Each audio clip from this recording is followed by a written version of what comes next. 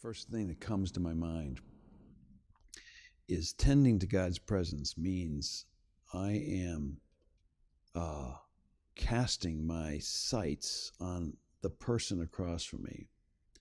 And I am, in essence, trusting and believing that God's presence is at work in that person across the table from me or wherever I am. and this changes everything. I used to hang out. I still do hang out in a McDonald's. It's where I do most of my work. For Canadians, it's a little bit like hanging out in a Tim Hortons Donuts. And there was a group of people without homes I got to know over the course of 2 or 3 years. First time I met this guy, I'll call him George. And he says to me across the table, Dave, I got to tell you, there's a conspiracy going on.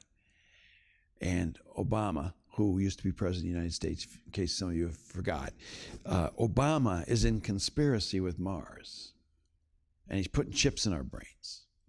And he's working to do such and such and such and such. Okay, now, 10 years earlier, if George had told me that, sat down and talked to me like that, I would have gone, I got to get out of here. This is a waste of my time. This person is obviously not in his or her right mind. But no, I prayed what I call the epiclesis, which is the Roman Catholic prayer of invocation of the Holy Spirit. I just pray it now whenever I'm with somebody. Lord, be present here. Lord, be present. Help me to tend to your presence in this other person. And George told me that, 3, 4 more times. And then I finally said something like, George, great. Obama, conspiracy, chips in our brains, Mars. I get it.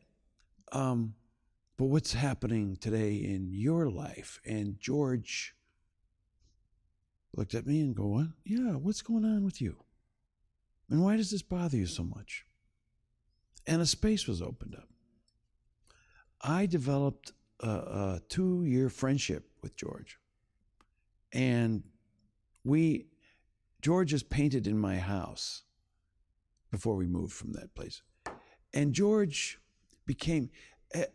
started to work through reconciliations in his life, forcing me to think about reconciliation in my life. I could tell you, I have a story in Faithful Presence about George. I don't remember what name, because I'm trying to protect his identity just in case you were to see this video in Canada somewhere, which I don't think is probably going to happen, but still. A whole world was opened up because I was able to look at him as someone God's presence is at work in, and we discipled each other as a result of it. I think this is true of so many people, so many situations. I don't want to go into detail on the many more stories, but people with various disabilities are those who are immensely gifted, obviously, to see things and do things that maybe I can't see. But the bottom line is, I'm able to see God's presence at work in them. And God's presence at work in them, I'm tending to them. I'm not even thinking about myself right now. And then they're able to engage me, and a space is opened up, a very unique space. And this is the way God's created the world, is for us to be in these social spaces of transformation.